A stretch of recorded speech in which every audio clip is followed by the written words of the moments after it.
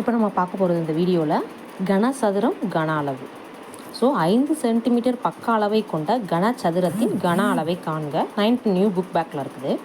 இப்போது 5 சென்டிமீட்டர் அப்படின்னா இதில் பார்க்கணும். இதில் நம்ம கனசதுரம் கன அளவு அப்படின்னு கேட்டாங்கனாலே நம்ம என்ன நம்பர் கொடுத்துருக்காங்களோ அதை என்ன பண்ணணும், 3 தடவை பெருக்கிடணும். இப்போது 5 × 5 × 5.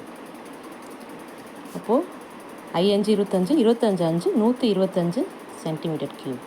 இப்போ ஆன்சர் வந்து 125. பக்க அளவு எப்போதுமே சமமாக தான் இருக்கும். அதனால் கனசதுரத்தின் கன அளவு கேட்டாங்கன்னா நீளம் × அகலம் × உயரம். இப்போ 125 ஆன்சர்.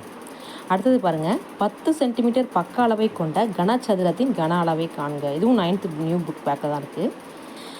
அதே மாதிரி தான் 10 × 10 × 10.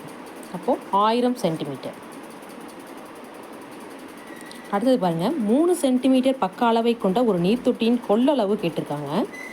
இப்போது 3 சென்டிமீட்டர் பக்க அளவு கொடுத்துருக்காங்க, நீர்த்தொட்டியோட கொள்ளளவு கேட்டிருக்காங்க. அப்போது ஃபஸ்ட்டு என்ன பண்ணணும், பக்க அளவை போட்டு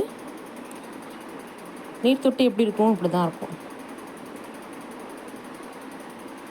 ஸோ இது சாதாரணமாக அளவு கொடுக்கறதுக்கு கூட பக்க அளவு நீர்த்தொட்டின்னு கொடுத்துருக்காங்க. அதில் அதே மாதிரி 3 × 3 × 3 3 27 வரும் உங்களுக்கு.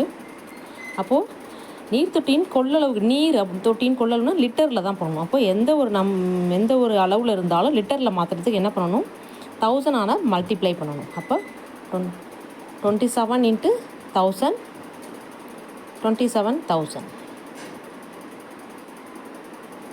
லிட்டரில் மாற்றுறதுக்கு 1000 மல்டிப்ளை பண்ணணும். ஸோ 27,000 தான் ஆன்சர்.